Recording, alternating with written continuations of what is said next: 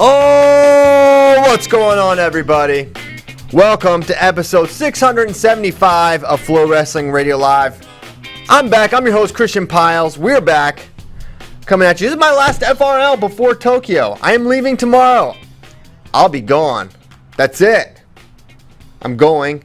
I have back-to-back. It's a crazy thing. I have back-to-back COVID tests. I'm negative. It's all good. I have all the things, all my paperwork, I believe. Andy Hamilton and I, a day. You had to have one within 96 hours and one within 72. I'm negative on both. It's go time. No turning back. You're done with the tests. I'm done with the tests until I get there. Oh, yeah. Oh, yeah. My nose is going to be violated repeatedly. Yeah, listen. The worst COVID test I took was a small Singaporean woman. Jammed that freaking thing so far up my nose, I was crying. My tears were coming down my eyes, and she was sitting there laughing at me because her freaking thing was up into my brain. The weird thing is, so back-to-back days, they've been jammed. It's the brain tickler for sure, and it's so weird because, like, you know, you kind of close your eyes when it happens. Yeah. And then they pull it out. But it feels like it's still there, so your eyes are closed, and like the nurses like walk away. I'm like, oh wait, it's not even in my nose anymore. But it feels like, yeah, not fun. Mike Mal said in Budapest, he said a woman grabbed like the back of his head like a collar tie and like showed him. He was like, somebody did that to me once. Man, too. That's invasive. But yeah, who cares? Just a little testing to get to do something that's pretty cool. So. Olympics top of mind for everyone. We have a lot to get to today because the Olympics are coming up. They start Saturday. Big conference shakeup in collegiate sports, and it's going to impact wrestling one way or the other. But first, I think we want to start with the topic of of sport right now, which is Simone Biles quitting the Olympics. Basically, quits the competition. And, for me, I really am more interested in Ben's take. I've been so, I guess, surprised with the reaction to it and the, I don't know, I guess. That's fair. Yeah, the reaction's been strange to me because I just, this is not, in athletics, it's a weird thing to quit. And it's rarely viewed as a good thing. And I have a hard time understanding why this is like sort of I feel like it's being celebrated. And I don't really understand that. Look at where we are in society right now, CP. Victimhood is celebrated, right? As opposed to pressure is a privilege. And that's a great thing to think about and a great thing to tell kids. And I guess I'll just start with I love that gymnastics is one-on-one. I love that wrestling is, a single individual sport because it does put so much pressure on you. And guess what else is going to put pressure on you? Life. Life is going to put some pressure on you sometimes. And I told my daughter when she was 5, 6, and 7 really didn't like wrestling. And I said, you're going to do it till you're 9. And when you turn 10, you get to choose whatever sport you want. But at 9 years old, you will go compete at least a few times. And she has not competed. She's 8. She hasn't competed. But just for the simple fact of, go shake that person's hand, have no one else out there to help you, figure out some self-reliance, because it takes courage. There's a lot of people who aren't willing to put themselves out there like that. And so courage is something that should be celebrated. Now, by the time you get to the level of athlete that Simone Biles is, and you're competing on the stages that she is, and I've competed in the Olympics, a lot of very high-profile fights, there's a lot of pressure for all of us, for everyone. Now, I tell the story about how I first really experienced pressure and I folded when I was 15 years old, and I kind of developed a recipe for myself to handle it really well as I was in high-profile matches, whether it was the NCAA finals or the Olympic trials or the Olympics, right? How to deal with it for myself, and how to not let it negatively affect my competitive state. So, all of these athletes deal with it. And honestly, I think it would have been a lot more courageous for her to be negatively affected by the pressure. It happens, right? We've all know athletes who had terrible performances. Go out there, take an ass whooping on the gymnastics floor because you're not your best self, and then afterwards say, you know what, I was really struggling. I was in a bad place.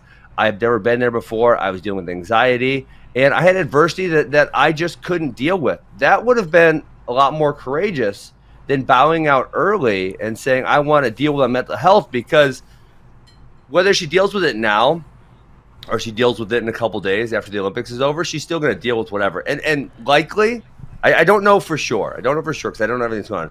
Likely, all of those things will be alleviated once the Olympic Games is over, right? There is, for most athletes, there is a sense of relief when they build up to something, and then that something, win, loss, or draw, when that something is over, there is a sense of relief, relaxation. I know, like, all of my fights, right, 21 fights, when you get done with it and there's nothing on the horizon, you can eat whatever the hell you want, and you get to go hang out late with your friends, like, yeah, that's a sense of relief. That anxiety, and I dealt well with anxiety, but the anxiety that had been building up to that one date in time is now gone, right? So I think what we all appreciate about athletics, especially really extreme high pressure athletics, is the anxiety and the pressure that these people have to deal with to perform their best. And so I mean, besides the state of society, I don't really understand why it's being celebrated. But I also don't know that we know the full story about Simone Biles. But to your point, it's more about the reaction of the commentary from the journalists. Like, I think there has to be something we don't know going on. Like, how many Olympic medals has she won? Like, so many. She's the GOAT of women's gymnastics, and like now she just all of a sudden I can't deal with the pressure. Like, she's been a star for a long time. I think there's other external factors probably coming into play. I don't think it's just I have all these eyes on me in Tokyo, I can't perform. I don't know, JD. I'm not gonna say the name, but some people will know who I'm talking about. And I mentioned this to you, Christian, in a text this morning. Is there's a very high profile wrestler who was in very many big matches, and he got to the third match of the Olympic trials finals, and he didn't want to go out there. It was at that point in time, it was just too much. And you know what? His coaches talked him into going out there, and it turned out really well. So I think for some people, you just don't know when that anxiety is going to hit. And sometimes it's just some reaction that just comes to a head, and all of a sudden, boom, it's there, it hits you. And it's like, how am I going to deal with this? And that's what it is. And that's why we love high pressure athletics, because there's a lot of pressure, because there's anxiety, and you need to figure out how to deal with it. And that's what we want to see. I mean, you know who I was thinking about this morning, Christian, that maybe we don't give, I'll take you guys out of this. Maybe I don't give enough credit to sometimes. Think about the effing anxiety on Spencer Lee. When this dude has to walk into the NCAA championships and he's thinking, I got to help Iowa win its first title in 11 years, and I ain't got no ACLs. We didn't know that. He knew that. He knew, I'm going to go out on the mat every single time, and I'm not going to be the wrestler that I could or should be if I had 2 ACLs. Think about the amount of courage that takes, of being a shell of yourself and still stepping on the mat, shaking their hand, and wrestling them. That's courageous, right? Yes. And so that's what I'm saying with her. If she's experiencing these crushing anxiety moments, and she's still, her still going out to compete, that would show us a lot, because then everyone would be able to say, no matter how I'm feeling, I'm still listen, I committed to doing this on August 3rd or August 2nd or whatever. I'm going to get out there and I'm going to try. Even if I'm not my best, I'm going to get out there and try it. And hey, if I come up a little bit short, I come up a little bit short, and that's how life works sometimes. Yeah, I mean, I don't think Simone should be vilified nor, heap praise upon for this thing. It's she quit a competition. She's not a bad person. She's still one of the greatest to ever do it. But one thing I've been thinking about is, like, it's the pressure. Well, how much of that did she put on herself? She's the one sewing goats on her uniform. There's a goat on her uniform, right? That's like part of her so. Yeah, if you call yourself that, you stitch it on your clothes. Maybe some people maybe all buy that. it. They build it up and then they get there and they're like, oh shit! What? I climbed this whole mountain. Whoops. What? And then they look over the edge and they're like, oh damn, that's a long way down. Yeah. Right. So I mean, like, maybe someone goat on your uniform and not win. And then not just not win, quit, and not quit because of injury. Quit because Well, I got a conspiracy that's what I'm theory. You guys saying. want to hear Yeah. my other? You can't you do wanna that hear and my then other? lose. So if you pull out, you don't Oh, lose. yeah. Okay. Yeah. Yeah. So no, you nailed it, JD, on that one. But my other conspiracy theory, Good point. and that this goes with kind of the society of victimhood culture, but the Olympics, and I don't know who makes the decision. So if I get something a little bit technically wrong, you can correct me. The gymnastics Olympic committee wouldn't give her the proper scores for the difficulty of her moves because she's literally doing moves that nobody's ever done before. And I believe their statement was, if other women tried this, it would be too dangerous for them. So therefore, we are not going to reward Simone Biles. That is like ridiculous. So maybe, yeah, that happened. That happened. So maybe, like, if I went to the Olympics and I was the GOAT of wrestling, and I had won the previous one, and all eyes were on me, and they said, "You know what, Ben? You won too many times in a row. You can only use one arm this time." Maybe Simone Biles gave him the double birds and said, "You know what? Take your Olympics and shove it." What if that happened? I don't think that's the case. You never know. What if I told you can only wrestle with one arm and you were the GOAT, JD? I think I'd. What if? still I'm saying go- what if. I'm not saying this is what happened. I think I would still Say- go win some more gold medals. Yeah, and I don't think And you I don't, would I win don't if think you had one arm. Okay, well, that's not what is that's not comparable. Yes. Yeah, she's not doing gymnastics with one arm. It's not near Okay, that but much they're of a put- restriction Ooh, that would be for so wrestling. She also I just don't wouldn't have know. gone. She wouldn't have gone I don't to know. Tokyo. Yeah. Well, no, I think this just came out in the last couple days, I believe, because she has these new routines. And remember, every gymnastics routine, they give you a level of difficulty or whatever that helps build up your score. And people were mad because her routines were not being scored appropriately to the level of difficulty. And I don't remember where it came from. I wish I could cite it right now, but it said something to the effect of, "We don't want to score these because other women will then try them. And if they try them, there's a risk of injury," or something to that effect. So Dumb as hell. yeah, I mean, Also- you're really hurting her ability to. Yeah, Larry Steele says that's like saying Kyle Dake's chest wrap is too good. It's only going to score 1 point now. Yes. Yes. Also, I mean, that's like, people they will did. start doing it, like, eventually. Humans are Yeah, of evolving. course. Yes. Think about, like, the 4-minute mile. Like, the first time the dude did it, it was, like, Now- incredible. And now it everyone's just- done. Yes. JD did it yes. on his way to the office. That's right. I did a 4-minute beer mile. From a beer mile. So yeah, I thought it was sort of an interesting thing. I mean, if you imagine if one of our wrestlers did this, what would we think about it if they? Well, I just think it'd be a about different reaction. it's almost sexist in some regards because I mean the sport I come from, fighting, if anytime someone pulls out, even if they have a very valid reason, they tore their ACL in training. That person is such a coward. He's scared. He doesn't want to fight. It's like, nah, he tore his ACL, right? Well, maybe with Spencer Lee, he'd get his ass out there and win the match anyways. But most people would pull out of that, So in fighting, any excuse not to show up on the day of the fight, I mean, people, they go after people big time. So the reaction being so different, and I honestly I tried reading. Once you text me about it, I read a story or two before. Once you texted me this morning, I was almost late because I was reading a whole bunch of stories. And I wish there would be more from her. Like, there's only a couple little quotes from her, and there's not. She doesn't go more in depth into what the issue is. I do believe she allowed a backup to step in and compete. So part of it could have also been her going, "I'm like way off. I'm way too stressed. This backup will do better than me. Let her go." I read an article from 3 a.m. this morning, and it said that she decided not to compete in the individual all around also. Correct. Right? Yeah. So she's foregoing that too. Yes, but did a backup take her place for Team USA? I believe so. Yeah. Then there you go. I think a chunk of this is those girls probably trained together. She has a relationship with them.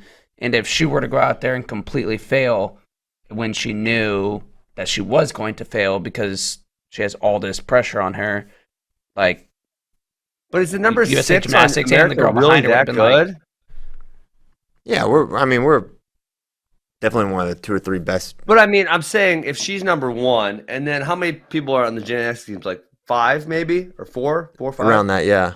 Then the number 6, is the number 6 really comparable? Even if, I mean, like, think about the number 6 guy at say 74 kg. Like, well, if Dake's out and we get to put it's Burroughs different in, because that's weight classes, and these are just overall. It's the very best guy and versus the 6th. I don't know. To Ben's point, the drop off is tremendous. This is the greatest. This is the greatest to ever do it versus the number 6 in America. She also went out there and did the vault or whatever and messed up, and then was like, I really can't do this. Yeah. So she did give it a try, and then was like, nope, I'm way off. Okay, let my backup step in and get Team USA more points than I will. So the last thing I mean, I don't know if we want to get off this topic, but there's absolutely something to be said for courageousness, bravery, and to me, what that means is when things aren't going your way, when there's signs of adversity, when things are hard, you step in and you do whatever it is anyways, because in life, you don't get to call timeout sometime, right? And this is why I always tell the kids, I said, athletics is a great, athletics and especially individual athletics is a great representation of life. Because when you're going through something and you're a kid, you're 15 or you're 16, and you got to figure it out and it's hard, that's great practice. Because listen, if you lose, it doesn't really matter all that much. I'm sorry, right? But let's say you're 32 and you're married and you got 2 kids and shit's getting hard. And now you have the ability to go figure something out, and you have the ability to persevere when your family's well-being is on the line. Like, that's what you want to learn, those skills at 15 and 16, not when you're 32, because when you're 32 and something's getting really hard, consequences are a lot more severe. You can't go hide in the closet and say, I'm not dealing with this, because listen, food ain't gonna be on the table. So figure it out early in life, and wrestling is a great place to figure it out. So is individual sports. Amen. Amen. Appreciate your perspective on that, Ben. Christian, can I get you to get pissed right now? Russia was supposed to be banned from this Olympics. It says Russia, it's ROC, and then it says Russia in the parentheses. Someone get mad about this. Yeah, it's ridiculous. Yeah, I mean, listen, the IOC can't stand up to Russia in a real way. They're just powerless against them, right? Yeah. And we saw it in 2016 when they were out, and then everyone got in, and they were able to wrestle under the Russian flag and do all the other competitions. And it's no different here with ROC. Makes no difference at all. Russia, I guarantee, doesn't really care that much. They're just like, whatever. I mean, it's Look, the IOC has no integrity. They don't care. They want money. No, yeah, they don't care. So bad. And it's so bad. Yeah, I mean, it's which is understandable. It's okay, but don't hide behind this character shield of the Olympics and amateurism. Integrity and this and that. Yeah, it's really fraudulent. And you know what? So are the Olympics without Russia? No. Yes, they freaking are. They are. Listen, it happened, 1984. It happened. If they're not, and there's still somewhat of an asterisk next to every gold medalist. Listen, I want Russia. If I can wrestling, choose, though, JD, right or no? Because I'm sure Russia's not as good at all those other sports. But in wrestling, there is an asterisk. But listen, I'm not calling Randy Lewis an Olympic gold medalist. I am calling Randy Lewis an Olympic gold medalist. That's true. And whoever else won that year. It's 7 others. But that's different. So them not going for political reasons is very different to me than them not being in 1984 being allowed. Well, for sure they were, but that's not why they weren't there. So if the reasoning was differently, is like, no, the IOC or WADA or whoever it was kicked them out of the 84 Olympics because of state sponsored doping, I would say they shouldn't be there because they were trying to cheat. So, therefore, if they weren't there right now in 2021 because of widespread cheating in basically all sports, other than like figure skating and maybe like one other one where it was prohibited, it didn't help. Cheating all the way around. They were giving him something else that we didn't know about from that. Something. Just not HGH, you know? Yes, exactly. So if they weren't there, and I remember in 2016 we interviewed Burroughs about this. It was actually on FRL. And he was like, man, I want to compete against other clean competitors. That's a choice I've made is to compete clean. I want that playing field to be just about who has worked the hardest, not who is chemically altered. And you know what? I'm sure that some Americans have lost to some chemically altered guys. You know, it happened to Tervel with his Olympic run. He ended up with a medal in because of Timazov testing positive. So it's a mess. So Gable actually said he liked that. He liked when his opponents doped because it felt it gave him a mental advantage that they were so weak that they had to take steroids. I always think that's something that people did to talk themselves into being more confident against steroid users. Or sorry, I'll say PED because we don't know if they're all steroids. Yeah, but I mean, especially when through the what was the report called again that exposed all this? I'm blanking right now. The steroid report. Anyway, okay. Well, if there's a name, I want to say Mitchell, but I don't think it is. I think that was like Mitchell was the baseball. That was the baseball. One.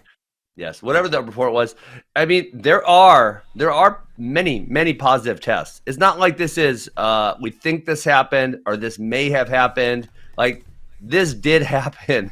It's very well documented that this happened. So it's not like you're punishing someone that doesn't deserve to be punished. You're punishing a whole bunch of people who are very deserving in the punishment.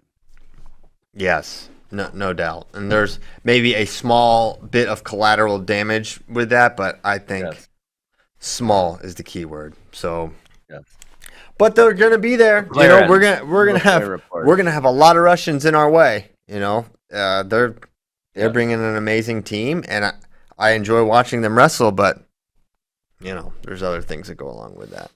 So. We'll get maybe a little more into that here in a little bit. But, man, Ben, the Big 12, your conference, is all over the place. Missouri just got back in. Yeah, for Missouri. Missouri just got back in, and now just as, I don't know, it's about to crumble. Oklahoma and Texas are running. Yeah, they're gone. For the SEC. The two biggest pillars for the Big 12, gone. Just like that. I mean, that'd be like, I don't know what it'd be like. I don't want to say it'd be like Penn State and Ohio State leaving the Big Ten. Maybe even more so. I feel Michigan, Ohio State. Michigan and Ohio State. Yeah. Yeah, it'd be like Michigan and Ohio State leaving the Big Ten. It's just sort of they're so linked. Yeah. I feel like people don't even know kind of what the implications of this are going to be yet. Obviously, they know they're going to be really big, but especially, I don't really care about football, but especially as wrestling is concerned, they don't know. I feel like we should start caring about football because that's going to dictate pretty much everything. Sure, yeah. I feel like the Big 12 might just be dissolved. That's the way it could very well end up. Yeah. I mean, I think Big 12 almost the most likely scenario. Big 12 is probably going to fold completely. It will cease to exist. Most likely scenario. Oh, you guys are serious. I was thinking like this absolute small possibility. No, I would say it's more likely than any other outcome that the Big 12 just folds. So how soon? I think it'll depend because Texas and Oklahoma have their contracts technically run through 2023. I thought it was longer than that. I thought it was like 2025. 25, I think. So that's got to be figured out. So it could be as far down the line as that, but probably won't be. Probably be sooner than that. So it's going to be a little bit, but they're going, right? They're going to go to the SEC. And then what's that domino mean? Where do the other conferences go? There's the immediate kind of reshuffling involved, and it's all speculative, of course, but like Iowa State and Kansas to the Big Ten. And then West Virginia to the ACC, and Oklahoma State and some of the other Big 12 schools to the Pac-12. So it's going to get widely, shuffled. I know for a fact that after the news about Texas Oklahoma came, there's Pac-12 wrestling coaches actively recruiting Western Wrestling Conference teams. The Utah Valleys, et cetera, to join the Pac-12. So it's already in motion. Wasn't the Big 12? I don't know much about football. I just pay attention to wrestling, MMA, and maybe disc golf. But the Big 12 was a BCS conference, correct? Yeah. Power 5. Oh yeah. So will there be a different conference that gets BCS designation, or will they just eliminate and make it only for BCS conferences? Probably depends on where teams actually end up, but most likely just Power 4. Dang. Yeah, I think, and they're going to move to a 12-team playoff in the next couple of years. So that's going to be less important at that point in time, anyways. And 12-team playoff. Geez, college football is getting just crazier and crazier because when I stopped paying attention, I think they had just went to a 4. So yeah, now they're at 12. Well, they're not there yet, but it's going to get there. Oh my gosh, which will be insane. And so I think that will be less and less of a important thing, like being from a power of this conference. More opportunities. Like the Central Floridas are going to get into the playoffs now. Those kind of teams. So it's not going to be like if you're a Big 12 champ, that's not going to really hold the cachet necessary. Or it's not going to mean anything in terms of you just need to be in the top 12, basically. Yeah. Okay. Fair enough. Yeah. So it's like, all right. Well, how's it going to affect wrestling? SEC is going to get wrestling everywhere? No, actually, of course not. Can we start this? This debate can go into something else because someone else talked to me last night and they said, Tom Brands just got that gigantic raise. Congratulations, Tom Brands. Shout out Tom Brands. Shout out. But they said, do you see this as positive or negative? And you know what? I'm somewhere in the middle on it because the way I view college athletics is it's like when a bear is chasing you. You don't have to be faster than the bear. You just have to be faster than the other people running from the bear. And so the way I view college athletics is programs are going to get dropped because colleges are going to be operating at a deficit for the majority of them, right? And it's the ones who are operating at less of a deficit than others who are going to be cut. And so wrestling is this small budget sport, which obviously also does not have a lot of revenue bringing in. But so because they don't have a lot of revenue and they also don't have a lot of expenses, the deficit is not as big as maybe some other sports. So like we just saw, the University of Iowa just cut programs like 2 years ago, and wrestling was obviously not one of them. But if other coaches want to get paid what Tom Brands is, or not even maybe exactly that because he's the national champ, but say they want a raise because Tom Brands got a raise, is that negative for the sport because that's going to put all of the programs at a larger deficit when the athletic administrators look at them? Is that going to make it more likely to be cut? I don't think so. Because I think like Iowa is a rare circumstance where they can afford to pay a coach over $500,000 a year, right? Yeah. But I don't see that. Plus benefits. That doesn't even count the benefits. I meant rewards. 401k. Performance bonuses. I think good dental as well and vision. But so so like when we're talking about the SEC possibly adding wrestling, are they going to say, oh my gosh, well if we have to pick up wrestling, it's going to cost us this much money, but if we could pick up, I don't know, what's another small sport, it's only going to cost that much money. Are we going to pick up the other smaller sport? Or do you think that's not even figured into their calculations? I don't think that's figured into the calculations, and I don't think SEC is looking to add wrestling. I don't think we're going to see it. I think Oklahoma's going to have to find a home elsewhere for wrestling, obviously, because SEC doesn't have it. Are they going to try to join an ACC or just a wrestling conference like EIWA? I mean, those are the things. SoCon. Those are the conferences they're going to have to look at because Big 12's not going to exist. Okay, they're not going to get to go just jump into the Big 10. The Pac-12's not going to have them, I can't imagine. So they're going to have some weird options. Nothing's going to fit cleanly if you're not competing in the conference that you're actually affiliated with. So I don't know. Maybe JD's got some action pulled up. Maybe they look look there. I don't know, but it's a weird. It's a weird circumstance for Oklahoma. West Virginia to the ACC makes so much sense. Like, I feel like they should have been in the ACC all along. Yeah. Like, why weren't they? Like, their all biggest rival is they were all sports. All sports. I think they should be all sports. They were in the Big East, then they joined the Big 12. and I think they're a much cleaner fit in the ACC. They got that rivalry with Pitt. Pitt is now in the ACC.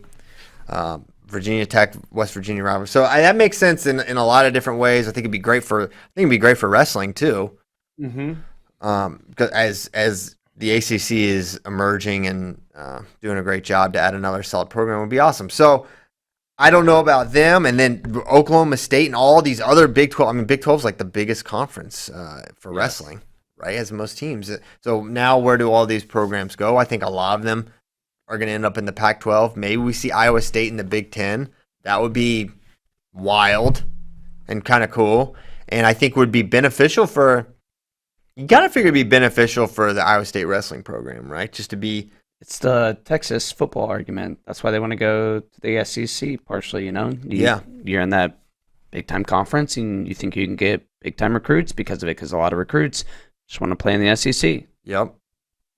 So it could have that effect. And that, what I'm most interested or curious or hopeful for is if a Kansas joins the Big Ten like is being speculated, and we're so far from that, would they then have to add wrestling?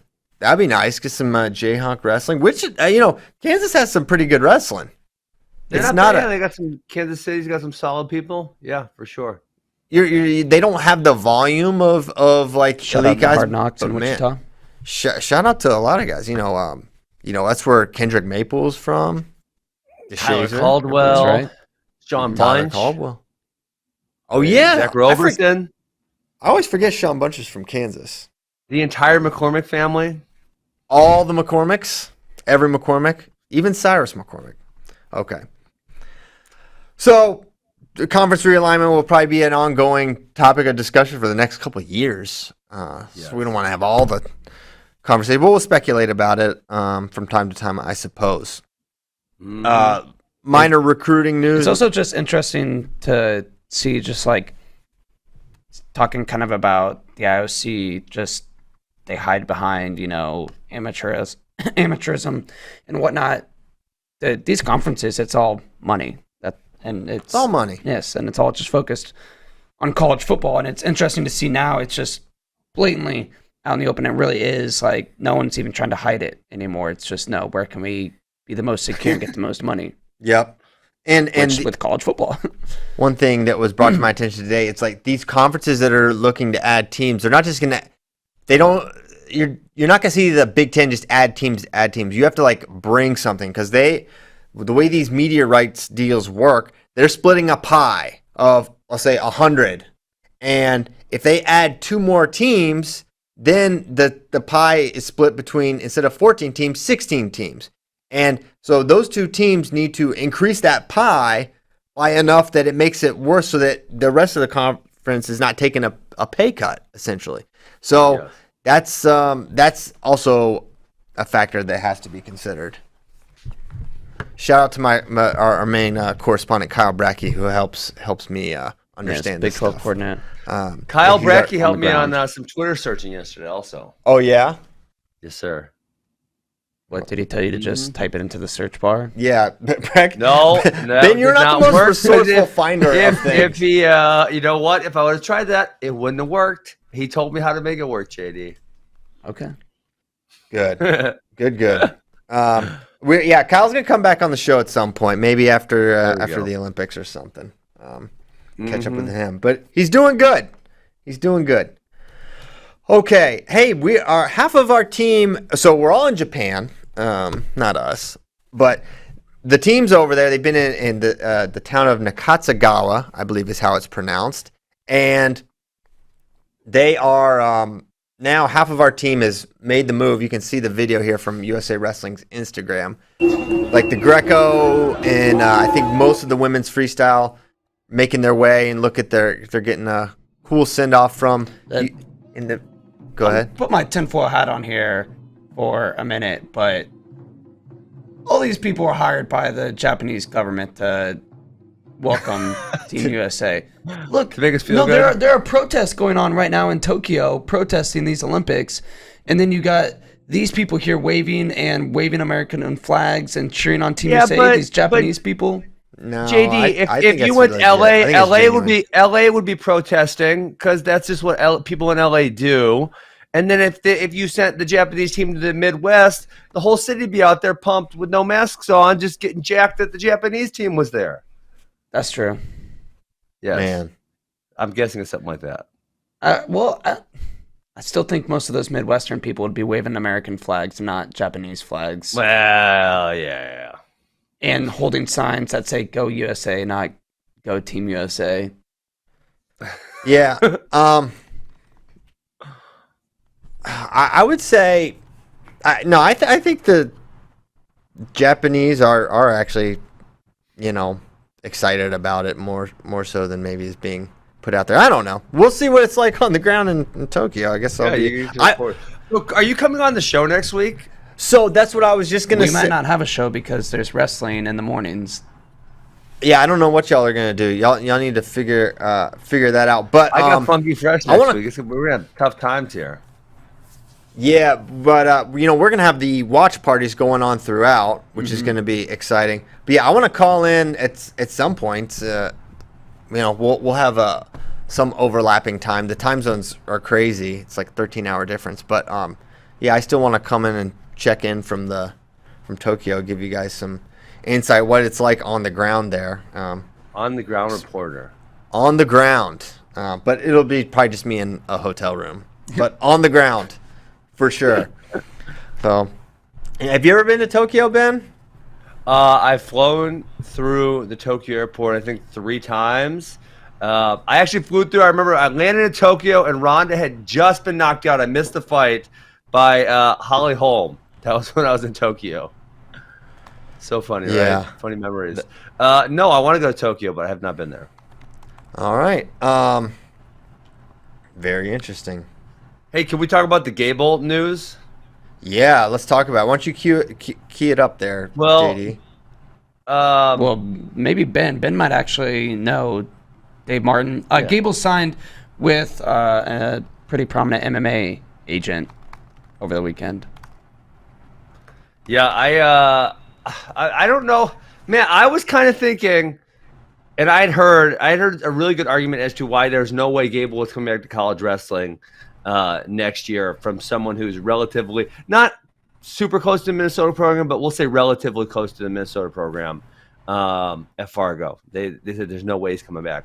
And now with this news, man, it kind of feels like why would he bother doing some NIL marketing deals unless he was planning on coming back? Because if not, you just wait, 2 weeks till the Olympics is over. You say, I'm going to go do MMA or WWE, and then you sign contracts for that. This kind of makes me feel like he's coming back. It definitely makes me feel like he's not going to go to WWE because I feel like WWE very closely controls which sponsorship deals you have as an athlete. And this makes me feel like that is not going to happen. Okay, so if you're just listening, we put up Ariel Helwani's tweet, and it said he signed an NIL marketing deal with famed MMA manager Dave Martin. What is an NIL marketing deal with an MMA manager? Like, what does that entail? Yeah. I don't know exactly what he means with that verbiage. I'm assuming he just means that Dave Martin went and got him a whole bunch of sponsorships, right? That's what I'm thinking. Which is now permissible under the NIL rules. But so, obviously the 2 other career paths potentially for Gable would be mixed martial arts or WWE if he chooses not to come back and wrestle. Mixed martial arts, I guess you could probably keep some of those deals. But if you get signed by someone like the UFC, which the UFC doesn't generally sign prospects, but maybe they would in this case, then obviously you would be restricted there by their policies, right? Because you can't have sponsorships that oppose them. Venom is the official gear sponsor, so you can't wear anything else on Fight Week, which drastically brings down the money that you can make. But Dave Martin knows that, so maybe he signed the appropriate deals. But like I said, I had heard that it was more likely that he's going to the WWE, which they're very restrictive on what you can and can't do because they get a lot of the deals for the athletes. Yeah, that's gonna be. I still think he's coming back. I thought he was coming back for a while. I thought at the trials, talking to people, he's gonna come back. That's my read. I think he will be back. I think he wants to go out, win the NCAAs in front of a crowd, that's a very Gable thing. I mean, he's going to win the Olympics, I think, in front of an empty stadium. I think he's not going to want to end his competitive wrestling career like that. Finish his degree, right? Don't leave a year early and not get your degree. I think he's a year away from graduating, which I think that would be awesome too. So who knows what he's going to do? His world could completely change it, and a week can change from now, right? Who knows what we're going to be saying about Gable at that point? But he did. even if he wins, number one in our draft, Christian, when we did the draft a couple weeks back, was he number one or was Spencer number one? Pick. I can't recall. I would probably. No, Gable wasn't number one because there was the chance that he leaves. Yeah. That you don't get him. Yeah. We did just I think I college. was the first picked, and I said I don't pick him because I got Gable. I might have even been. You got him late. Third, yeah, third or fourth. Yeah. Good point. I don't know how, and I think a lot of these athletes, even the ones as prominent as Gable and Roman and Spencer, I think it's going to be sort of. I don't think these guys are going to be raking in all the cash, I think it's going to be really a small thing in the beginning, even for like the most popular wrestlers, right? I don't know. I feel like the top couple will sign good deals. I feel like the top couple, and especially because I feel like, and not a lot, Christian. I'm saying maybe two to five, somewhere in there. Because also there's probably going to be some companies who think the endorsements are worth more than they are, right? They think, if I just sign Spencer Lee, this is going to happen to my company. Like, I feel like that could definitely happen before they realize that they're not going to get as much value as they thought they would out of some of these athletes. Right. So, that's cool stuff. I guess we already talked about the brand's extension. It's through 2028, I believe. The reigning NCAA champ is from Chad Leistico. I don't know if I'm pronouncing that right, but he's a very prominent Iowa journalist, covers the university thoroughly. Big J. Yeah, Blue Jay. Oh, Leistico. Got it. He put it in his Twitter bio, like a true Big J. The reigning NCAA champ will earn $525,000 in base salary, guaranteed income plus bonuses in 26, 27, 27, 28. This has to make him the highest paid wrestling coach. But we don't know what Kale makes, really, because... But I thought he was a state employee. So Penn State is this weird public but private sort of amalgamation. They're not a true state school in that way.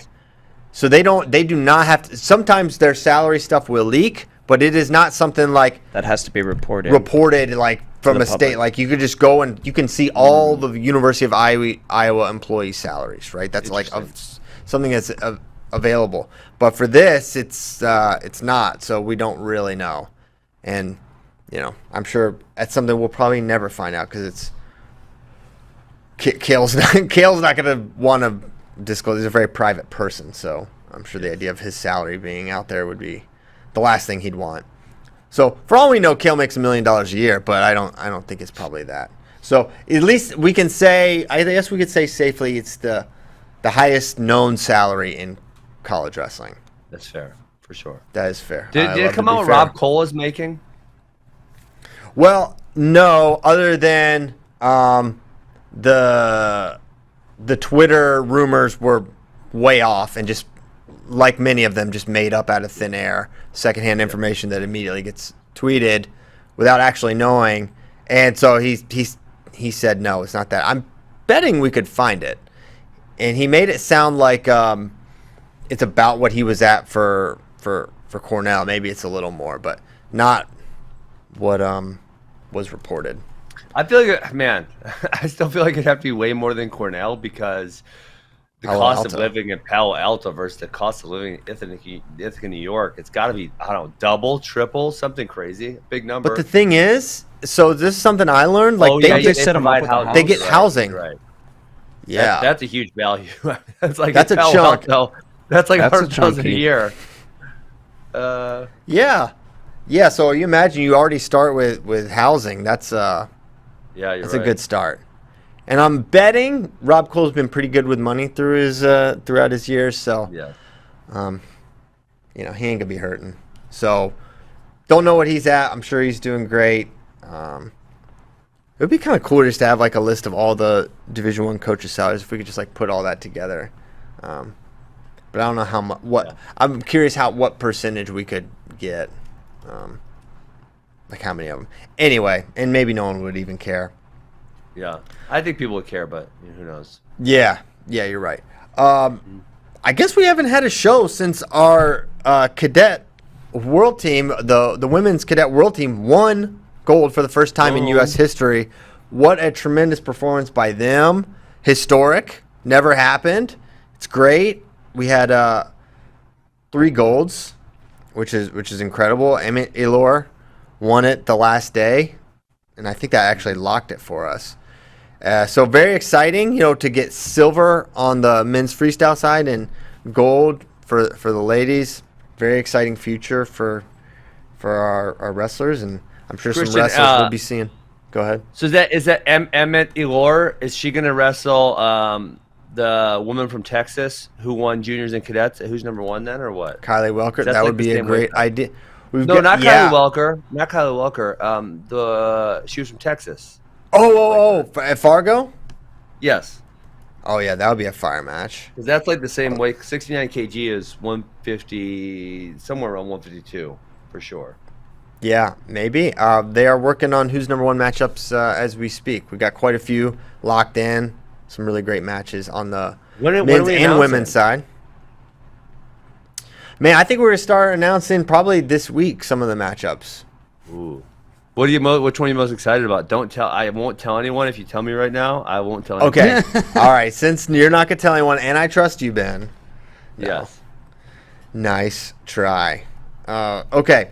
So that was exciting. Which one are you most excited about? Tell me. No. I won't tell anyone, Christian. I know you won't. I know your word is your bond, but I'm just, it's JD I'm not sure about. Okay. Got a big mouth. Yeah, he's got a big mouth.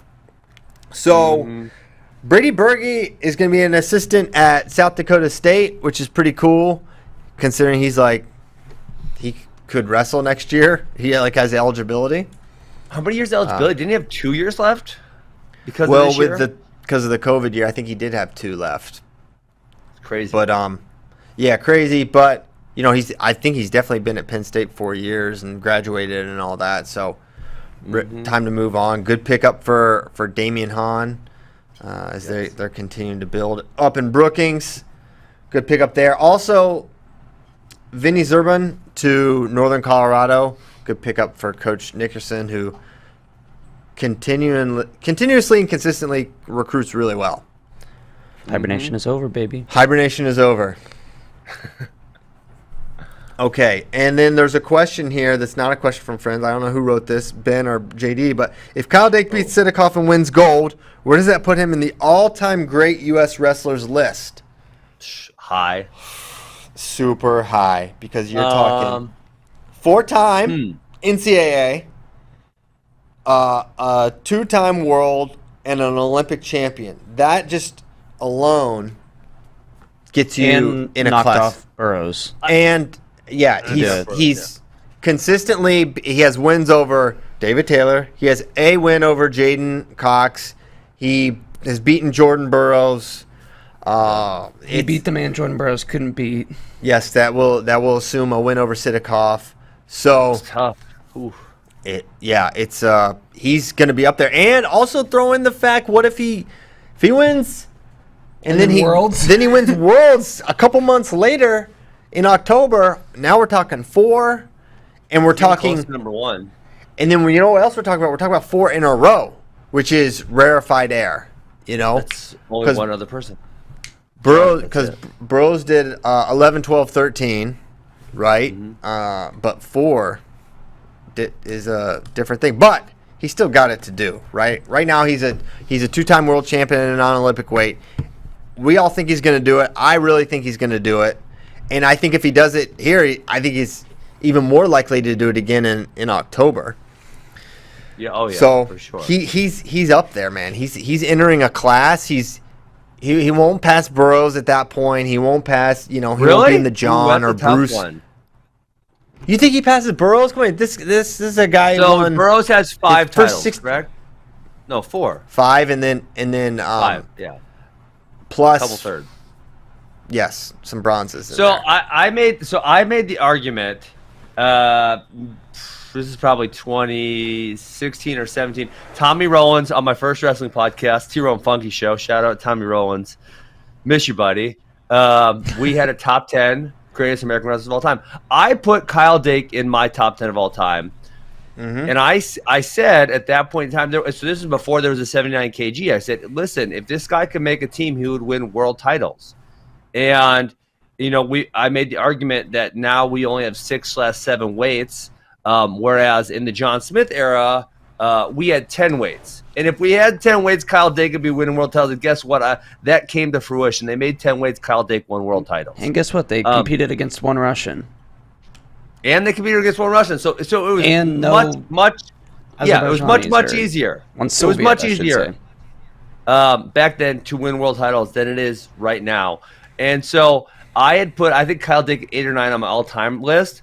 And now that's coming to, if Kyle Dake would have been the opportunity to wrestle at a weight class that would have been had if there was 10 weight classes, he could have who knows how many world titles, but he might never have lost, right? Especially the Olympics. So I am considering what? What are you going to complain about, Christian? His weight was 74. No, listen. He couldn't make the team. No, this is crap. Don't get me could not fired. make the You're going to get me fired up. Christian, there was 10 weight classes. So when you're considering how great anyone prior to 1996 was, when you're considering their level of greatness, also consider that there was 10 weight classes. You have to consider, if we give Kyle Dake, meaning if Kyle Dake wrestled in the 80s, he would have a couple world titles to his name. He might have eight by now. He might have 8. We don't know. He might have 8 world titles. When did Kyle Dake graduate college? 2012? 12, right? Or 13? I cannot believe in your... Answer my question. I got to stop Answer my question. No, answer my question. When did he graduate? 12? 13? 13. He might have 8 world titles by now. There's a chance. Remember when he kicked Sargush's butt? So your argument for Dake into the all-time top 3, I guess, is what you're saying. Well, I think he's already there. I think he's already in the top 4. I think he's in the top 4 for sure. No matter what, if he wins, he's in the top 4. And I think there's arguments to be made for him to move up higher than that for sure. Well, you're basically it helps his argument, the fact that you're just handing him like 5 world titles because he was behind Jordan Burroughs. Like that to me is like, that cannot be a factor in someone's GOAT, is that they would have won world titles if, well, one, his weight class was 74 kilos. It's not like that's a stretch for him. That's his best weight. He wasn't the best guy in America at that weight class. If you take 61 or 62 away from John Smith or whatever his weight class was then, because back then there was multiple weight classes in that same range. If you give him 55 or 65, maybe he wins. It's John Smith. John Smith's the greatest, right? Maybe he still wins world titles at one of those weight classes, but it's going to be harder. It absolutely is, because John Smith's weight class was it 136? What weight class is that? 62, 63? I don't know, somewhere in there. 62 kilos. Yeah. 62. It's going to be harder for him to win at 65 or for 55. It's going to be harder. When there's 6 weight classes, it's harder to win world titles and make world teams than when there's 10 weight classes. This is really simple math. Okay. So, yet, the fact that Jordan Burroughs was able to make those teams and keep him at bay, that's like, you're not even factoring in the fact that he actually made the team, beat him out, and won the medals. You're letting Kyle Dake be an 8-time champ now. I didn't say that. And passing Burroughs because he won Olympics. No, you're saying he would have 8. And you're saying he would have 8, and then you're using that to prop him up into the Burroughs, John Smith, Bruce strata. No, he's already in that, guys. He's if he wins the Olympics, he's in that strata. Those are the top 4. Yes. Maybe you could argue, he wins the Olympics. Well, that was the question. Maybe we could argue that Mark Schultz is in that strata also. Those 5, right? But there's not really anyone else. So my argument that I'm making for Kyle Dake would also apply to Jordan Burroughs. So if my argument that I'm making for Kyle Dake also applies to Jordan Burroughs, making him even greater than he is, and that would then put him above John Smith, right? Because the circumstances he's winning under are more difficult than the circumstances that John won under. So yes, if the argument applies to Kyle Dake, it would also apply to Jordan Burroughs. It would probably bump them both up to number 1 and 2 of all time, especially in October. If Kyle wins the Olympics, which was the question that we're answering right now, then he turns around and wins the world title, which is, if he wins the Olympics, is very likely also wins the world title. And then Jordan goes 79 and wins that world title. They're number 1 and 2. Without a doubt, they are number 1 and 2. Okay, I don't disagree with that being possible. Hey, there we go. Now you're over on the but right I side. felt like you were using it to piggyback Jordan, which I feel like Jordan. It should be an amplifier. The logic applies to Jordan. Yes, it applies. The logic applies to Jordan also. But I mean, you think of someone like, but the weight class thing matters. So you think of someone like James Green.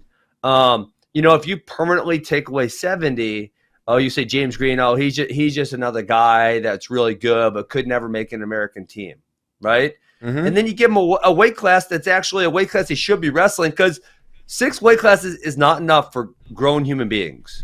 We need more, okay? So if you take that away, you say he's another guy that could never make the team. He's a really good wrestler, but you give him 70, which is the right weight class for him. You say, wow, this guy is a 2-time world medalist. He's getting close to a world title. He could potentially win a world title. And, especially with James's career, you consider twice he had to try to go down to 65, which was not the right move for him. If he just had 70 the whole time, we might be looking at a guy who wins how many world/Olympic medals? Yeah, no disagreements there. Okay.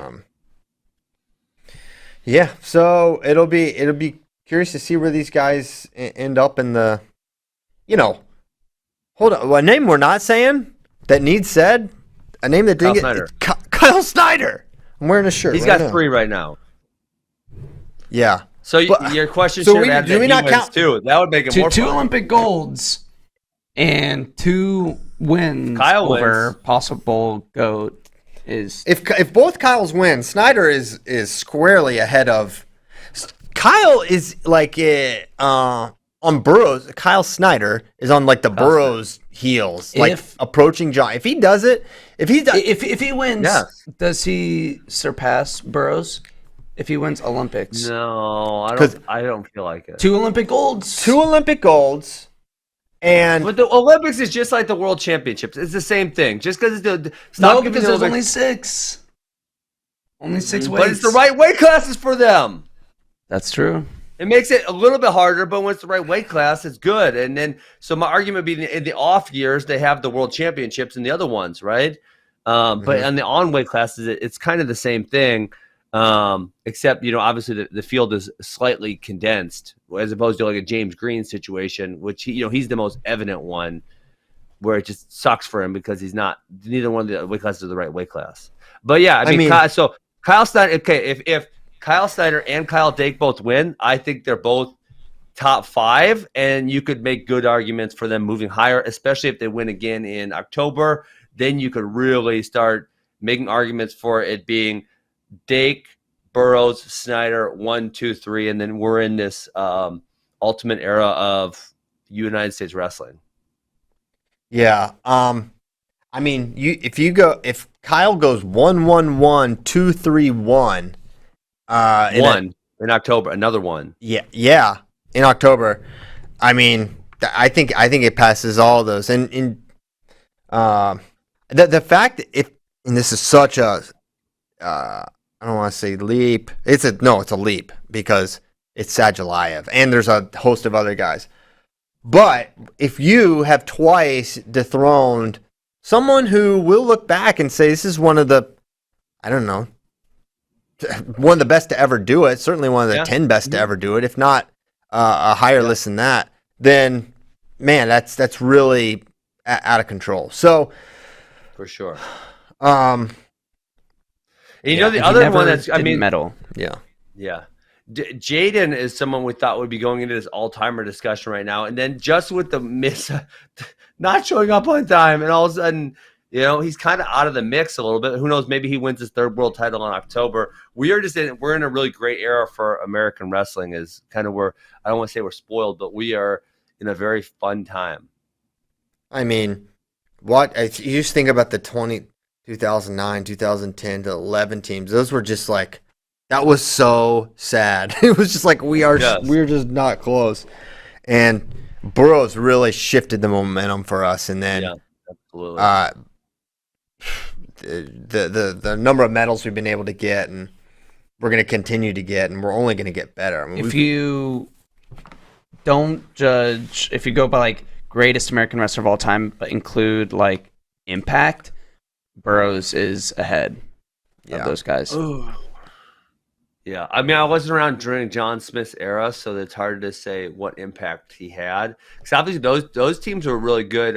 84, you're going to discount, but the 88, 92, 96 teams were really good. And I think we could also look at some socioeconomic factors, for some of those teams, because I think the splitting up of the Soviet Union, 91, but that made them worse for a while because there was extreme poverty and disorganization for a handful of years. And then obviously as you get into the early to mid 2000s, they all found natural gas and it became very wealthy country. A lot of those became very wealthy countries, and they're all fielding really, really good teams. And so that makes it tougher for a while. And then they were obviously all using, I would say, a lot of PEDs, and then they kind of got busted. So, there's a lot of factors in how good that area of the world is sent to the world championships as far as wrestlers is concerned. Yeah. Okay. Let's get to some questions before we depart. All right, let's do it. From Wicked Scepter, which is this person sounds like someone that likes Dungeons and Dragons or something. I don't know what that is, but what's the latest word on Nikki textbooks? Nikki Freestyle, Nikki Sunshine. I'm certain there's been significant interest in Nick. I know they're listening to, various schools. I think there's a couple in mind. Which ones they are? Where's it going? Aren't for me to say. I think, gun to my head, you know what I think happens? I think he hears it all out. I think and then eventually he's like, nah, I'm not going back. I'm going to make this world team. I'm going to try to win worlds, and I'm not going to fool with school again. That's what I think deep down is going to happen. I don't think he's necessarily going back. Does Gilman winning a world medal change it? Because if Gilman wins the world medal, then he's the representative for the team in October also. Would that change it? It could, because maybe be like, all right, I can't make a world team. But then again, why not go 61? You're 133 NCAA champion. He obviously doesn't feel like that's his best weight class. I don't think he's never wrestled there freestyle wise, has he? Well, he's entered like very few freestyle tournaments ever, so it's like a really small body of work there on the freestyle side. But he did a whole season he's an NCAA champion at 133, which is basically 61. So I don't know. I think he'd probably look at that. But I think, gun to my head, I think he stays training, Sunkiss, Perry, tries to win world and Olympic titles. That's what I think. Now, if I have a gun to Nick's head, I'm saying you're going back and I don't care where you go, but you're going 125 pounds and you're wrestling Spencer Lee. Whoa. Yeah, I want to see that. There you go. That'd be fun. That would be. I think you could say so. There's never been a higher rated NCAAs than the 2013 Dake Taylor finals. Yes. I think if there's a match that could surpass it, I think it's that. I think Spencer Soriano, while Spencer's going for his fourth Saturday night NCAA finals, but Nick Soriano, Vision Quest, he cut down, he's taken out the guy. That's what I'm saying. I know, it's the biggest thing ever. It's an incredible story. Yeah, I think that would surpass. I think I could potentially surpass the Dake Taylor thing, because what you have is an Iowa guy, the most or second most popular program, going for his fourth title, maybe he could be the biggest name in Iowa wrestling history. Like he's entering that strata, right? And he would be the first 4-time national champion. Then you've got this enigma, this guy, and really where this guy goes. Nick Soriano's a guy that can can shift the scales for the team race, as well as So there's going to be all kinds of juice going into this. So 9 different things need to happen. But if you get Saturday night, Nick Suriano versus Spencer Lee, I think the ratings record will fall. Because wrestling's more popular now, I would say, than it was in 2013. But the magnetism of Dake going for 4 versus the reigning Hodge going for trying to dethrone him is insane. I don't know if Suriano Lee would be able to bump it above that. I don't know. I don't think so. I'll say this. Dake Taylor is a bigger match, and I think will always be. I think that is just an all-time. But is there even more eyes on the sport of wrestling than there was at that time? I think the answer to that would probably be yes. That's what I'm saying. That answer is yes, but yet Dake Taylor, I feel like, is just going to have a level of magnitude and prestige that is different because we're going to look at how we view David Taylor's NCAA career. It's just one of the best ever. And we're not going to look back at Nick Suriano as having one of the best NCAA careers. He's going to be, obviously amazing if he never wrestled another match. 3-time finalist, potentially 2-time champ at most. That's rarefied, but that's not a top 10 or top 20 career even. Correct. So I don't know if funny is the right word, but just absurd that David Taylor is just a 2-time NCAA champion. I know. I mean, he only lost 3 matches. Yes. 3 matches. 2 of them to someone who, I mean, I don't know if David Taylor's unlucky because he's got it really good, but the fact that his career overlapped with Dake but I guess he did have the Bubba thing his freshman year, but still, I guess a lot of people could say that about hitting a David Taylor or hitting Kyle Dake in their career. He stopped more than a couple guys from winning. But anyway, good question there on Nikki Textbooks, and then we somehow got on Dake Taylor. Mason wants to know about this thoughts on the Simone Biles withdrawal. Kind of gave it. We gave it. When will we see Olympic brackets? We will see them after weigh-ins, right? I don't think they don't come out before. People, I tweeted a picture of JD yesterday. A lot of thoughts on his fashion sense, which is the talk of the town. I thought the T-shirt was too big for him. JD, all of his shirts are huge. He wears like 2X T-shirts. Well, why? What's the deal? I like room to breathe. I don't know. I just don't like some room to breathe. This event was outdoors and it was 100 degrees yesterday. You can't be wearing tight cotton shirts. You got to wear some big loose fitting flowy shirts. Not only does he wear giant 2X shirts where the sleeves come down past his elbows, he goes about 4 or 5 buttons down. So it's just like he looks like chest breathe. He looks like a Narcos extra. With his glasses, he's always got. He didn't break out the rings or his little watch, but always. Someone wants to know how JD keeps the ladies at bay. 10-foot driving pole. a hog. 10-foot pole. He's beating them off with a 10-foot pole. Next thing, thank you, Will the Thrill Band. No questions, just wishing negative tests and thanks. Safe travels. I appreciate that. Next question. Chael Sonnen called Rezi Yazdani the Persian Puma on Ryan Warner's podcast. Nickname. It's not. He's the Leopard of Jabor. Yes, that's what he No, said. I thought that was the other Yazdani. Oh. Reza is the 97-kilogram guy that beat that's Varner. the short Like one. the OG. Yes, the short one. Yazdani The OG. Charati Got it. is Yeah. Yeah, he's the greatest. leopard of whatever that is. Correct. Well, Listen, Chael sometimes does his own things, and then he just says, "There's no way we can ever prove him wrong." that's my favorite bit of his. He's like, "There's just no way to know." That's the crazy thing about it. We'll never know if Kyle Dake and Reese Humphrey wrestled in the NCAA finals or semifinals. He's got a new show. By the way, they were pumping it really hard on the UFC broadcast. I need to check it. Have you watched it yet? I have not watched it yet. Sorry, Chael. It's okay. You could just say you watched it, and there's no way for him to find out. I can't. I watch every second of it. There's no way we'll ever know if I'm telling the truth. Great show.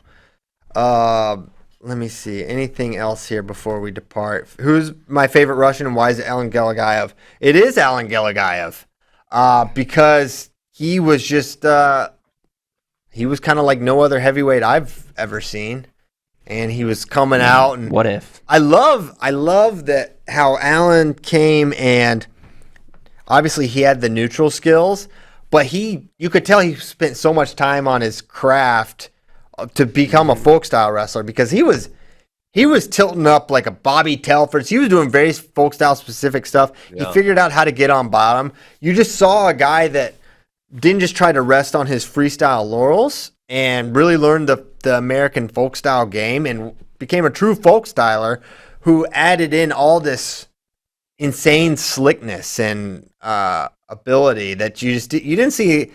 You weren't seeing guys throw like this. You weren't seeing them at any weight class. Then you've got a heavyweight that's bombing, all these elite wrestlers. And I don't know, I just thought he was all. I mean, this is a guy that majored Tony Nelson.